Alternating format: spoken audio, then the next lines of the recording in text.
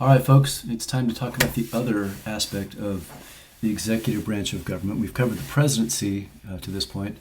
Now it's time to talk about the executive bureaucracy. And I want to begin with just a few observations on what the bureaucracy actually is, what it does.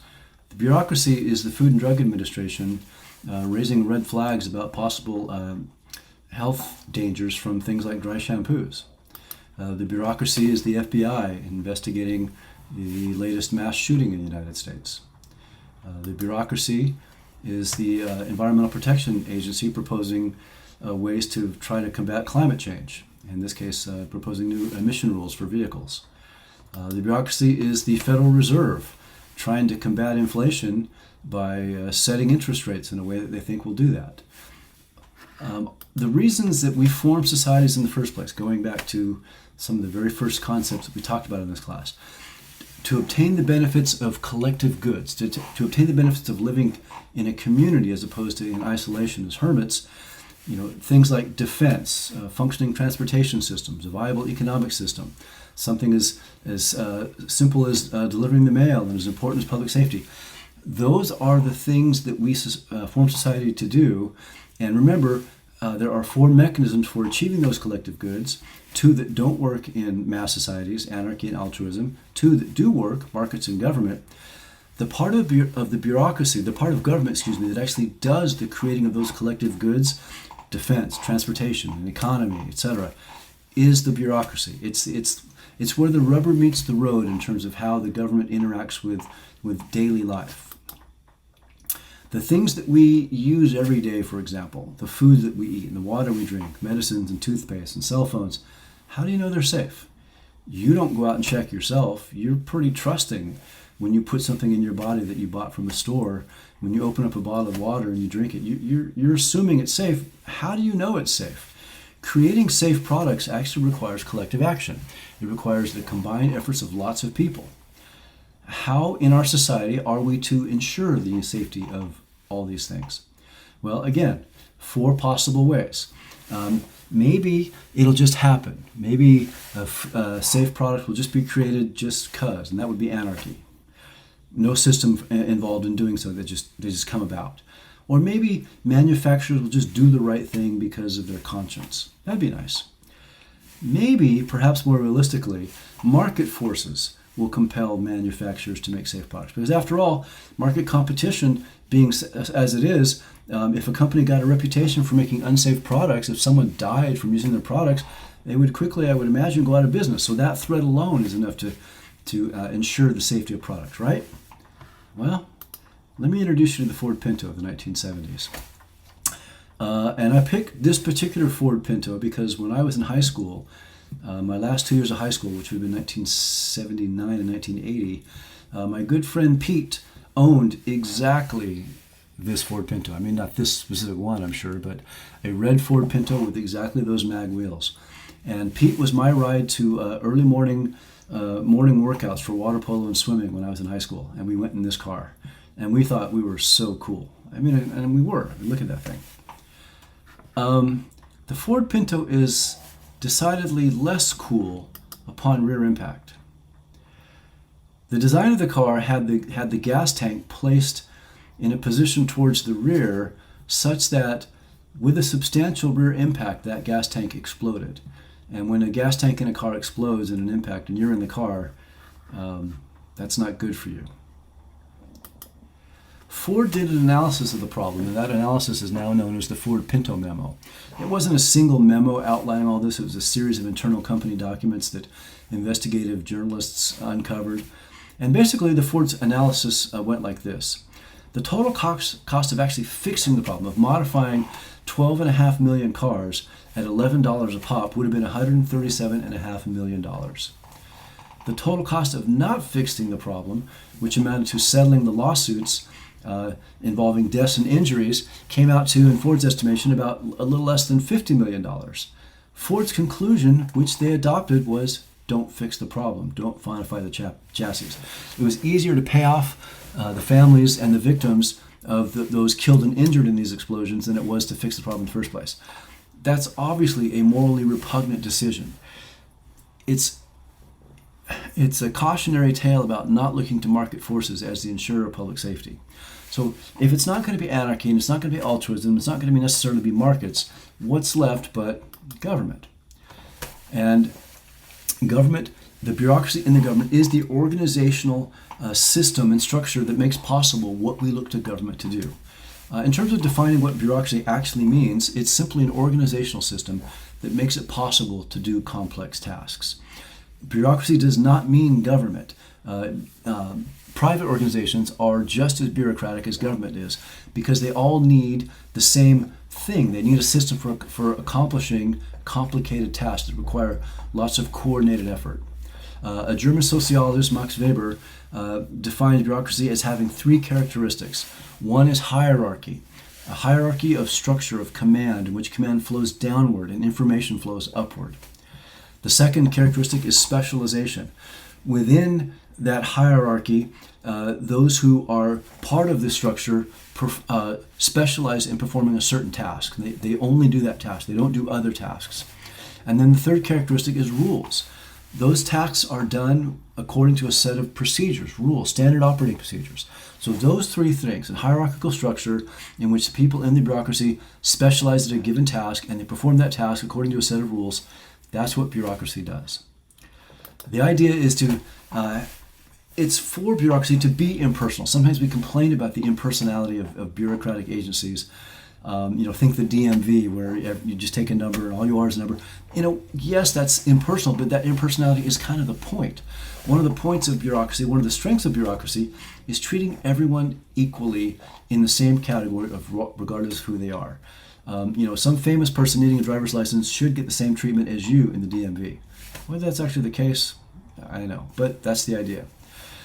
The modern bureaucracy is conceived as a career system with appointment and advancement based on merit, and this affords people considerable job security working within the system.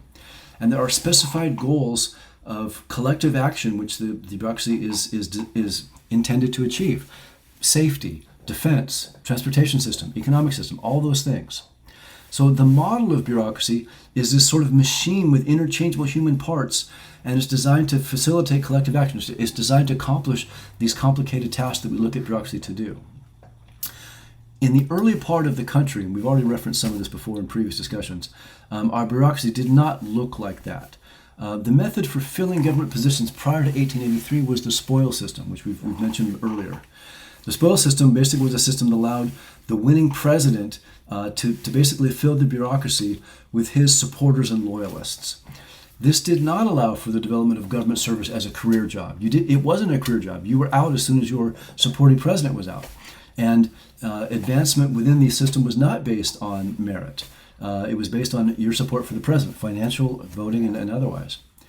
So as the country grew and industrialized and expanded and looked to the federal government to do more and more, refer back to our federalism discussion, the country began to demand more in the way of efficiency and honesty from our government.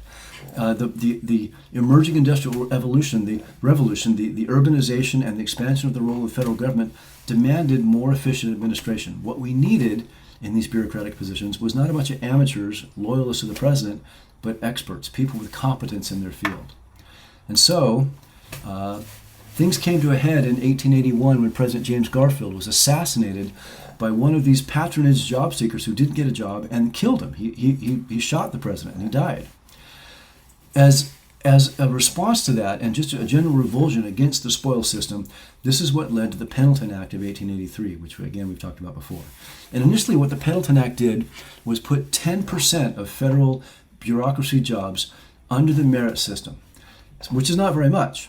But then presidents continued to extend that to broaden that percentage, because each president, when he was about to leave office, would extend through executive order civil service protections to his own patronage employees, wanting to keep them employed.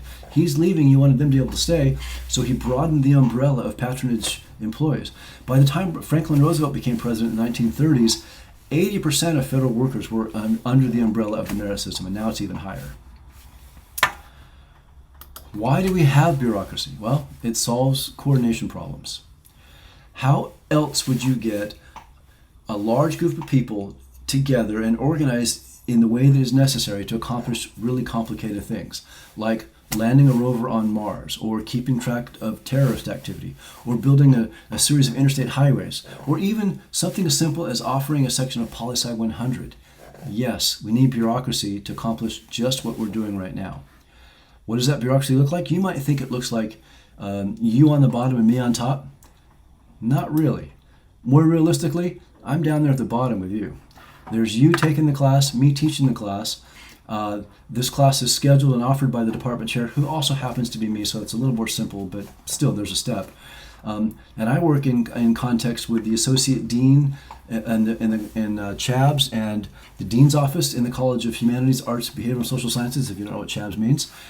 CHABS operates in terms of its offering and scheduling of this class, and the requirement of this class is a graduation requirement, working with the office of the provost, the chief academic officer at the university.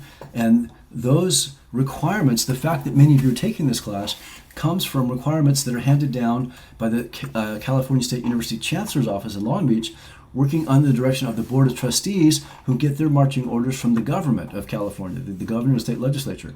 So there's actually quite a lot of bureaucracy that's involved in just administering this class. And that's, of course, not to mention the other side of things. In an in-person class, there's the facilities and the scheduling part of things. In an online class, there's working with extended learning and their offerings and the tech systems, IITS, all of that.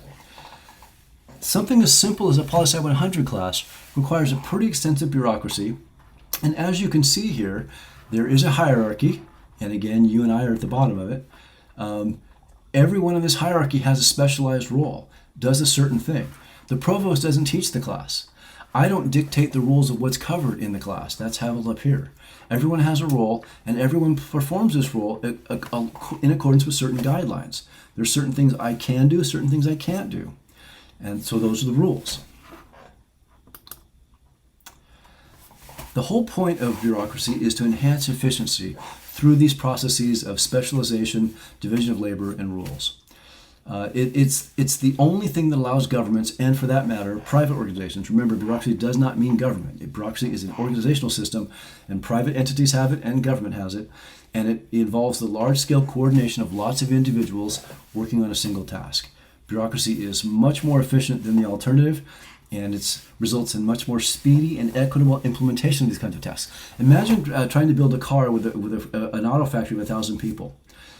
What would you have each 1,000 people, each individual person of those 1,000 build their own car one step at a time? Of course not. It makes much more sense from an efficiency standpoint and from an accumulation of expertise and knowledge standpoint to have each person specialize in one specific thing and do that thing over and over again. That's the whole point of bureaucracy. You might ask, okay, fine, but why do we need the federal bureaucracy? Why not let the 50 states have their own bureaucracies? The states are obviously closer to the people. Wouldn't that be better? Well, I guess in a sense, except that the federal government is better at dealing with a lot of issues that the states couldn't. And if you'll go back to the conversation we had about the problems under the Articles of Confederation, basically government couldn't do what we needed it to do because the states were in charge, and we needed a stronger federal government to prevent that stuff from happening. So states free riding, which they would do in terms of failing to contribute to the overall collective good.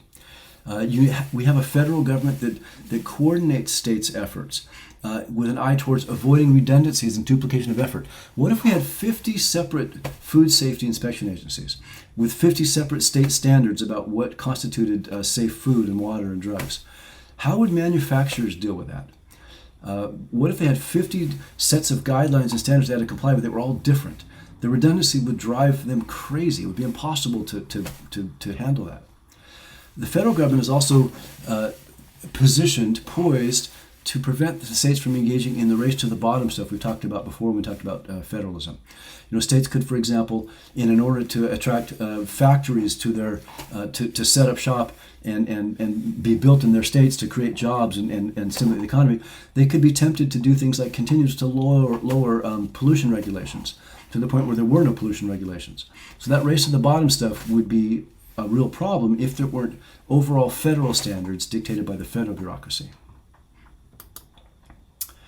I want to go through a quick accounting of the types of departments that comprise the federal bureaucracy. The first is cabinet departments, and these were the original bureaucratic entities at the founding of the country. And the first cabinet departments that we had were the Treasury Department, the State Department, what is now the Defense Department, which was initially known as the War Department, and the Department of the Interior, which is the department that maintains and oversees the use of public land. Then, about 100 years later, we added the Justice Department, the Agriculture Department, and the Labor and Commerce Departments. More recently still, about 100 years after that, not quite that many, but almost, we added Health and Human Services, Housing and Urban Development, Transportation, Energy, Education, and Veterans Affairs. And then most recently, about 20 years ago, in the aftermath of obvious intelligence coordination failures that came to light after the September 11th attacks, we added the newest cabinet department, which is Homeland Security, in 2002. In addition to cabinet departments, the other components of the bureaucracy are independent executive agencies, things like NASA and the CIA. The purpose of these is to keep these defense-related activities, potentially defense-related activities like space exploration and spying, under civilian control and not under military control. You could imagine, for example, putting both the CIA and NASA right here in the Defense Department. But that would make it pretty overt that there was a military purpose for space exploration and for our intelligence gathering. And there can be a military purpose for those things, but we want to keep civilian control over them as opposed to military control. So we place these independent executive agencies outside of the cabinet. A third kind of government agency, bureaucratic agency, is independent regulatory commissions. These are designed to maintain their independence from the president and from executive departments. The Federal Reserve, for example, which I mentioned already, along with things like the Federal Election Commission, the Securities Exchange Commission. You know, when the Federal Reserve sets interest rates, that's not always a popular decision. And we want to have the Federal Reserve have the ability to make unpopular choices, basically, to, say, for example, raise interest rates if they think it's necessary to do so to combat inflation, even if it happens to be an election year, during which time if they were under the thumb of the president or Congress, we get a lot of pressure not to do that.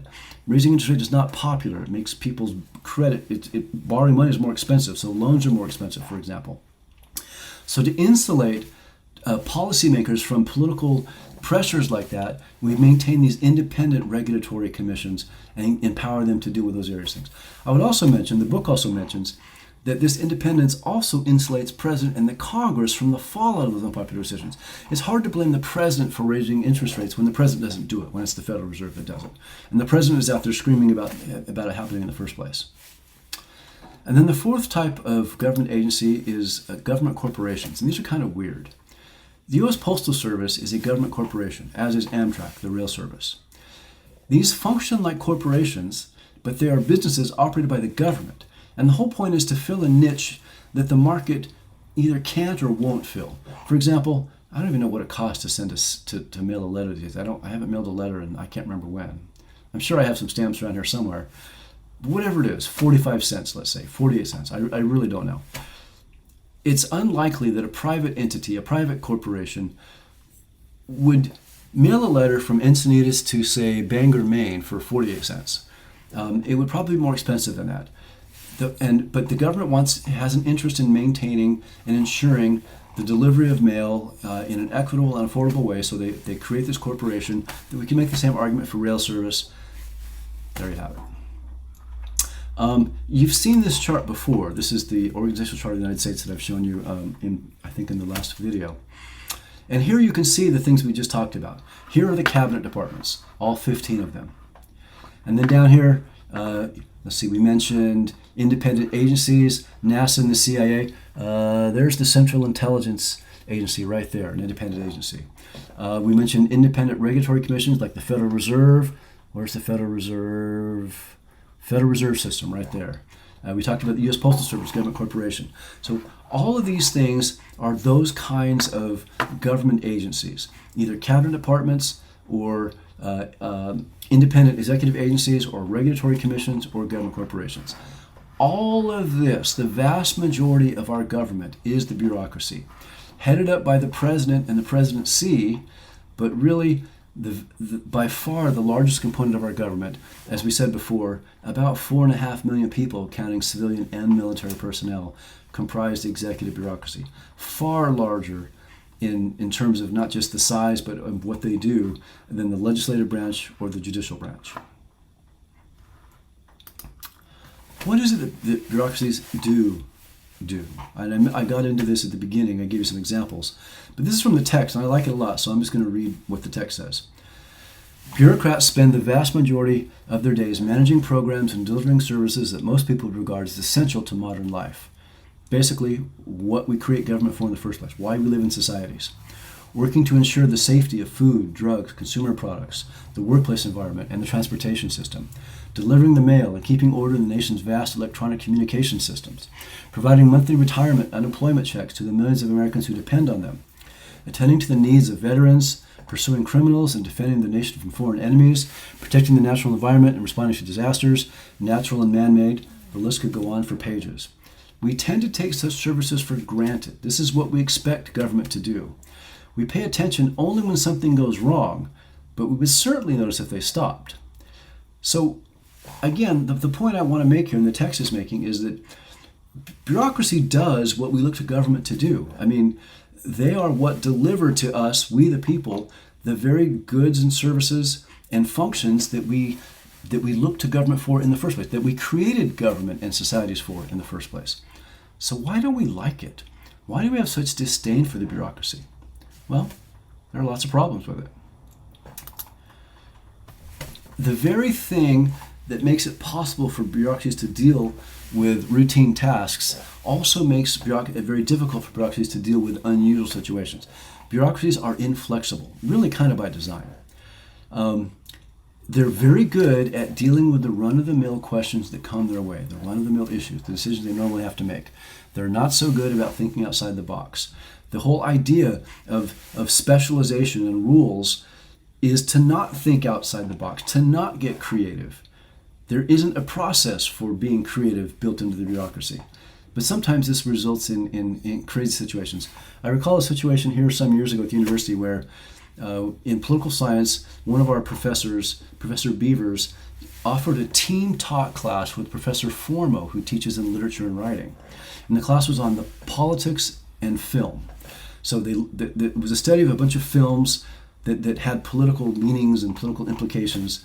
And so it was a special topics class, and the two professors team taught it. And the class offered your upper division social science GE credit, DD credit, which you all need to take a class that fulfills the DD requirement. Well, great, except that a problem arose when it was learned that only the students who had enrolled under Professor Beaver's name, the political science professor in the class, got the DD credit. Students who enrolled and took the class under Professor Formo's name, under the Professor of Literature and Writing, did not get DD credit. Why? Well, because the DD designation is for social sciences. Literature and writing is not a social science. So you had to sign up for the class and be enrolled in the class under Professor Beaver's name to get the DD credit because she's a social scientist. She's a political scientist. What's ridiculous about that? The students under Professor Formo's name and under Professor Beaver's name were experiencing exactly the same thing. They were sitting next to each other in exactly the same room. It's insane for one to get the DD credit, the other not. But that's how it went. That kind of thing drives people crazy. As does some of the stupid, ridiculous policies that bureaucrats can issue. Policies that are clearly made far removed from the ground floor of what's going on with an issue by people who have no clue about what's going on with the issue. Some years ago during the Obama administration, the EPA issued new regulations regarding when hazmat suits needed to be worn and environmental procedures needed to be followed in response to oil spills. Okay, cool. Except that the definition of the chemicals that constituted oil spills also happened to include chemicals that were found in milk, literally requiring dairy farms to don hazmat suits when they spilled milk. As you can imagine, there's quite a bit of milk spilled in dairy farms. Clearly, milk is not the kind of oil spill that anyone's concerned about cleaning up. But because of the rigidity and the ridiculousness of the EPA rules, they were caught up in that. Now, there was a huge outcry over this, as, by the way, I should mention, there was over the DD example in the poli-sci class I mentioned in the previous slide, and the policy was changed. So it's not that these problems can't be addressed and amended, but still you get the point. Why was something so ridiculous issued in the first place? Other problems of bureaucracy include problems of controlling the bureaucracy. And some of these can be thought of in terms of the language that we've talked about before, principals and agents. Bureaucrats can be understood as agents of elected officials. And of course, agents of elected officials are our agents. We're their principals. So elected officials, Congress, for example, passes legislation, the president signs that legislation, and then turns over the implementation of legislation to the agents, the bureaucrats, the bureaucracy. Sometimes, though, bureaucracies drift away from the desires of these elected officials, the principals. This is called bureaucratic drift, and it means bureaucracies implementing policies that are more in line with the vision of the bureaucracy than that of the president or the Congress.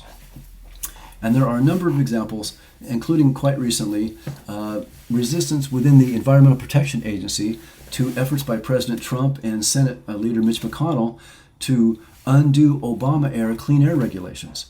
If you think about it, people who work in the EPA are probably interested in helping clean the air. We'd probably like stricter clean air regulations, not undoing them. So, of course, they were resistant to that effort. And we'll talk more about bureaucratic resistance in a second. Another version of the principal agent problem is called bureaucratic capture. And this is when a regulatory agency is essentially captured, kind of taken over in a sense, by the very industry it's supposed to oversee. Think of the fox guarding the henhouse problem.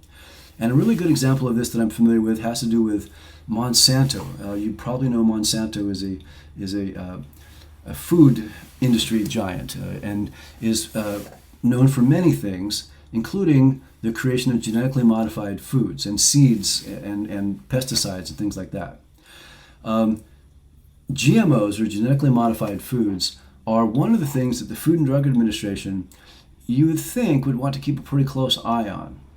And yet, check out this overlap in this Venn diagram here between people involved in Monsanto and people involved in the federal government.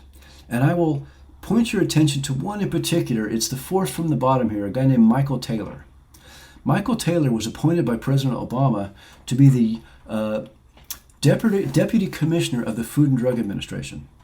That's a pretty high-ranking position in the FDA, which ought to then oversee entities like Monsanto. But look where Michael Taylor came from. He was the Vice President of Public Policy for Monsanto. Just the appearance of this is odd. Never mind what I would suspect is the reality that I doubt very much that Michael Taylor exercised strict oversight of the industry that he was supposed to oversee because of where he came from. He was from the industry. That's an example, I think, of bureaucratic capture, of the mission and the aims of the agency being taken over by the industry that should be under its watch. Controlling the bureaucracy is very difficult, and the text talks about, and I'll repeat here, some of the controls that the president and that Congress has, and it differentiates between police patrols, which are, think of a squad car, a police car, patrolling a neighborhood trying to prevent crime in the first place. So before the fact controls, the president appoints the heads of these agencies. And so to some extent, to the extent that those heads can shape what the agencies do, there is some control there.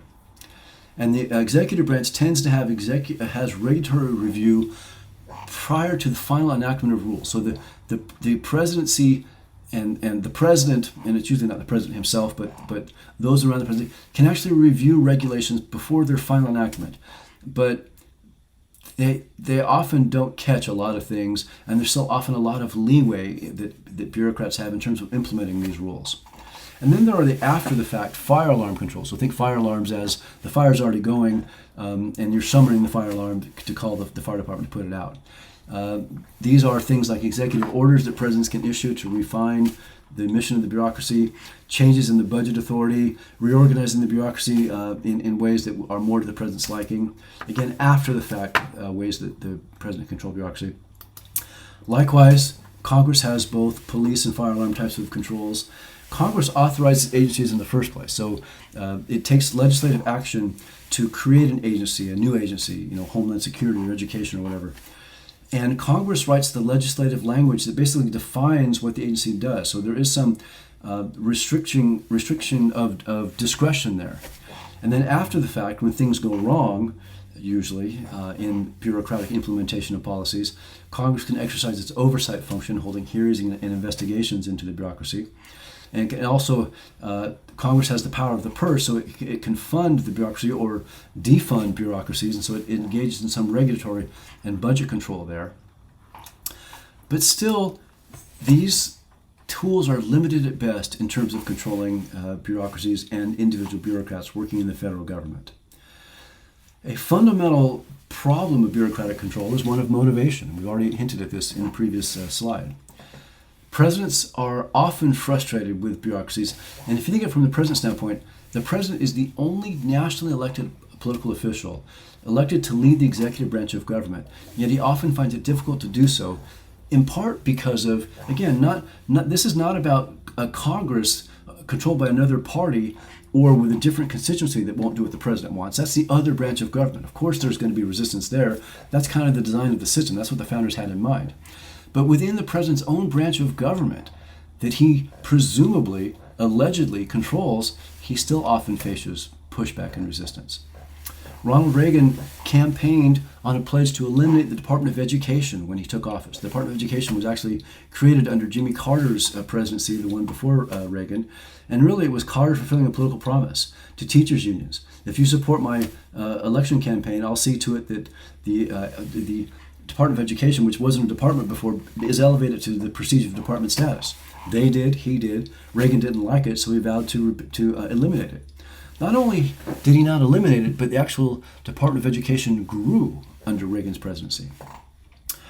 George Bush fought against the EPA, as have other conservative presidents since then, in the interest of lowering regulations on business, and especially the fossil fuel industry. The EPA has pushed back against that kind of elimination of regulations.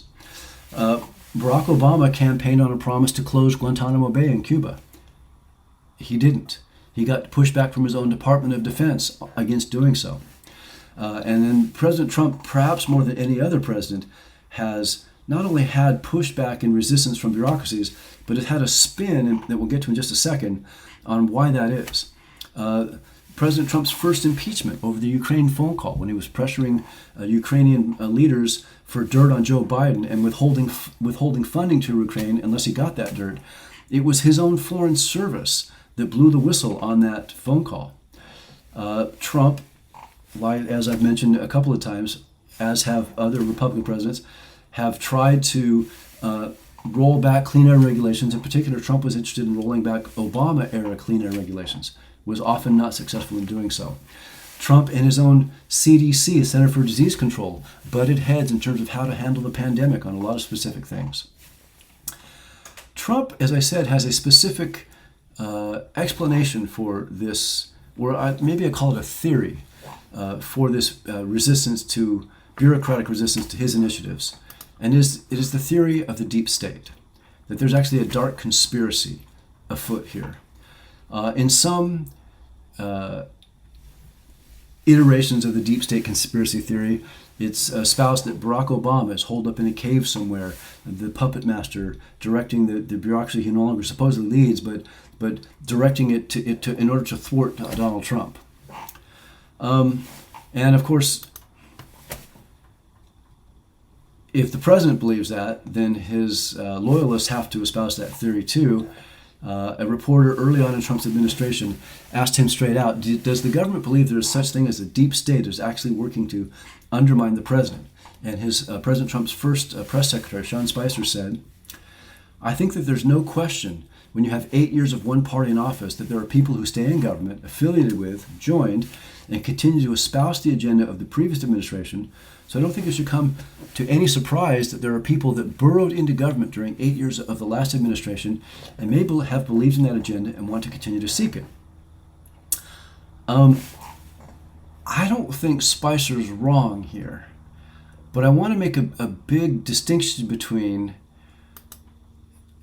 the myth of the deep state versus the reality of bureaucratic recalcitrance and resistance to presidents whose visions they disagree with.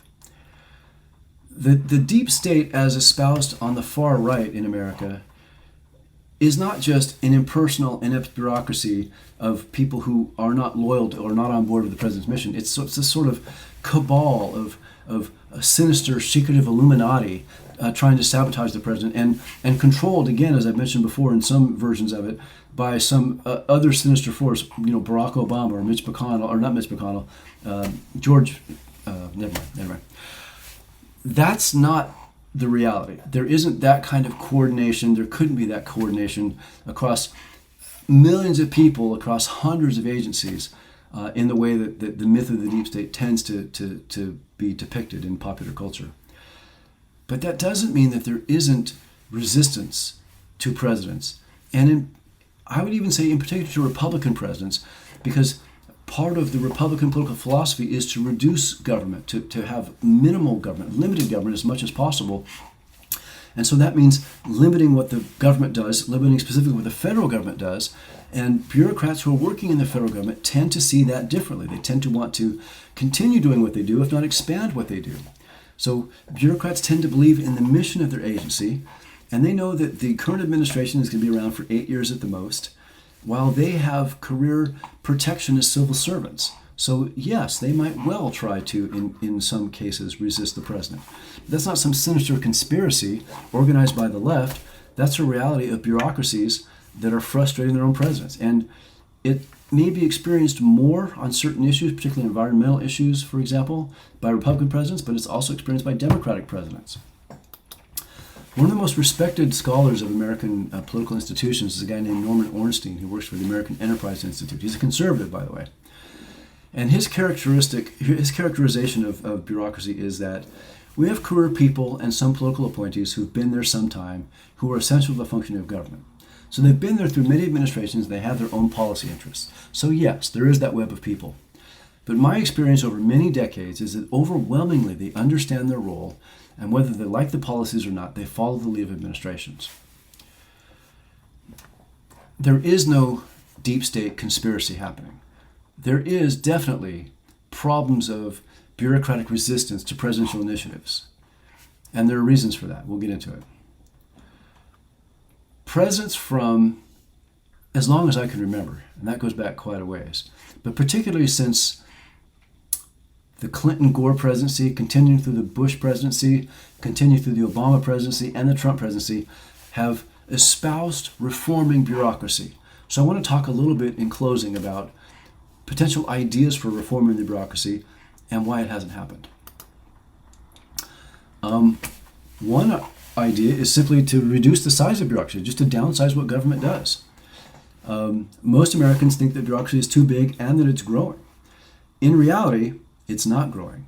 The number of federal employees in the bureaucracy is actually lower today than it was 70 years ago, whether in absolute terms or as a percentage, particularly as a percentage of overall employment, of the total workforce. And also, while you say you want to downsize government, and that sounds like a simple thing, and well, I don't know if it sounds simple, but it sounds like a realistic goal or maybe a laudable goal. Bear in mind, I'm going back up a slide that's a little ways up here, so give me a second. Bear in mind that when you say you want to downsize government, this is what government does. So what you're saying is you want to downsize this stuff. All the stuff that's essential to modern life, this long list that I read before. So what of that would you remove from the list? What of that would you say, well, we don't need that? Most people would look at all those things and say, yeah, I want all of that. So you can't really say you want all of that and at the same time say, I want to downsize the government, because it's the government that does that. Well, maybe there are other ways. Maybe there are other things we could do. Perhaps we could just reduce the number of rules in place, deregulation, make it so that there's just less red tape.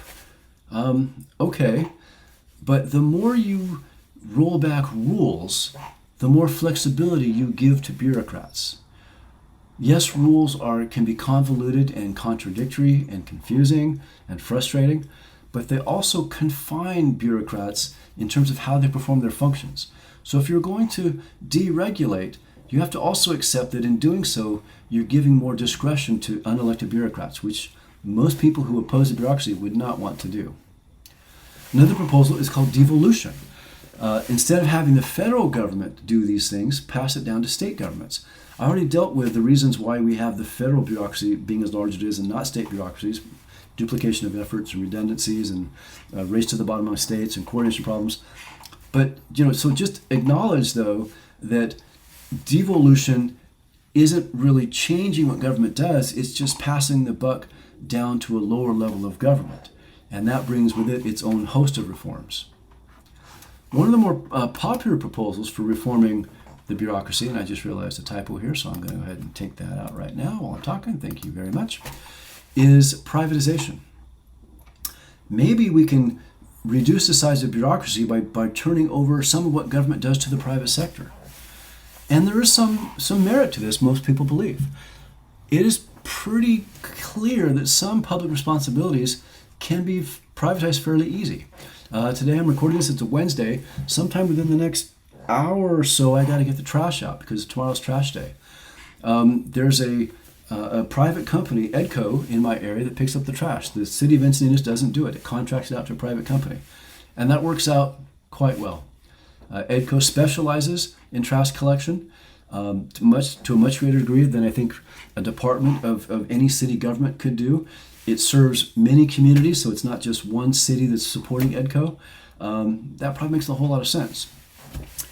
Privatization probably makes less sense in some other areas. I can't imagine privatizing national defense. In fact, there have been some small, tiny baby steps in that direction in the conduct of the war in Afghanistan and Iraq, a company called Blackwater. And it turns out that having private companies carry out government functions can go horribly wrong.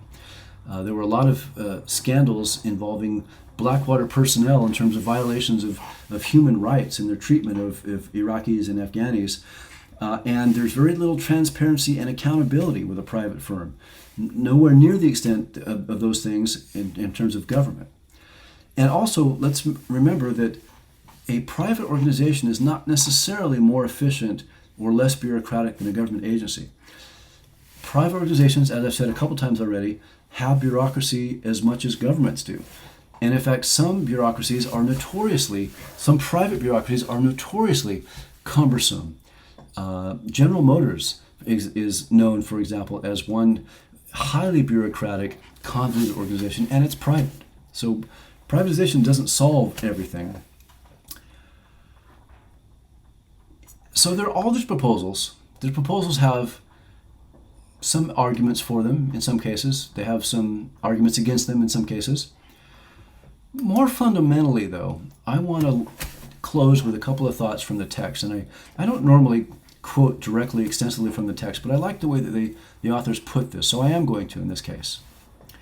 About why it's so difficult to reform the bureaucracy and why so much red tape continues to exist and so many bureaucratic inefficiencies continue to exist, things that we can all look at and recognize as problems, why we don't fix them. So this is from page 387 in the edition of the text that I'm recording this from now. It is easy to find examples of duplication, confused lines of authority, and conflict among the government's multifarious activities. Basic scientific research, for example, is funded by the National Science Foundation, the National Institutes of Health, the Departments of Energy, Agriculture, and Defense, and NASA. The National Park Service, the Forest Service, the Bureau of Land Management, and the U.S. Fish and Wildlife Service all manage public campgrounds. Responsibility for developing water resources is spread over 5 separate agencies. The government has programs to keep tobacco farming profitable and to discourage smoking. One agency subsidizes the lumber industry by building logging roads into national forests. Another tries to curb it to protect endangered species. In other words, there are all kinds of redundancies in the management of what government does and even conflicts in the mission of government agencies that don't make a whole lot of sense if you think about them in isolation. This duplication would all seem senseless if government pursued a coherent set of interrelated goals, but it does not. Government pursues overlapping, conflicting, or, another typo, fix that, disconnected goals. in response to the diverse demands that Americans place on it. I'm going to say that again. This duplication would all seem senseless if government pursued a coherent set of interrelated goals, but it doesn't. Government pursues overlapping, conflicting, and disconnected goals in response to the diverse demands that Americans place on it. We're the problem. Each agency, each program reflects the coalition of forces that brought it into being and that now form its political environment. All of these agencies, all of these missions have their own constituencies that helped bring it into being in the first place and now support it, whom it now serves. Different coalitions want different things and design different administrative institutions to get them. So in short, back to the quote, the problem of bureaucracy is not bureaucracy, but politics. It is not impossible, that's an interesting double negative, I'll say, it is possible to reform, reinvent, streamline, or shrink the administrative leviathan, but it is impossible to do so without changing power relationships among interests and institutions. Deregulating the bureaucracy and empowering frontline bureaucrats would make agencies more efficient, but also make them less accountable to elected officials. Consolidating and rationalizing bureaucratic authority would reduce duplication, confusion, and expense, but also create losers whose interests or values would no longer enjoy undivided institutional attention. America's bureaucracy is disjointed because the political views of its people are fragmented. What they're saying here, and I think this is a really interesting and kind of profound point, is when people look to reform bureaucracy, they typically have a particular reform in mind that suits their vision of American politics. We need to privatize, we need to devolve, we need to deregulate. Okay, fine. That would be a straightforward reform if that were the only vision for American politics. But there are other competing visions that push against those specific reforms. There are, for every set of winners in a set of reform proposals, there are a set of losers who are opposing it. Every agency, every administrative purpose has its constituency, its clientele that is served by it and supports it. That's not really the fault of the bureaucracy. That's the fault of our fragmented political views and the different ways in which and the different demands which the American people put on the federal government. I think that's a really interesting point. Okay, I'm going to close there on the bureaucracy, and the next conversation will be about the last of our political institutions, the courts.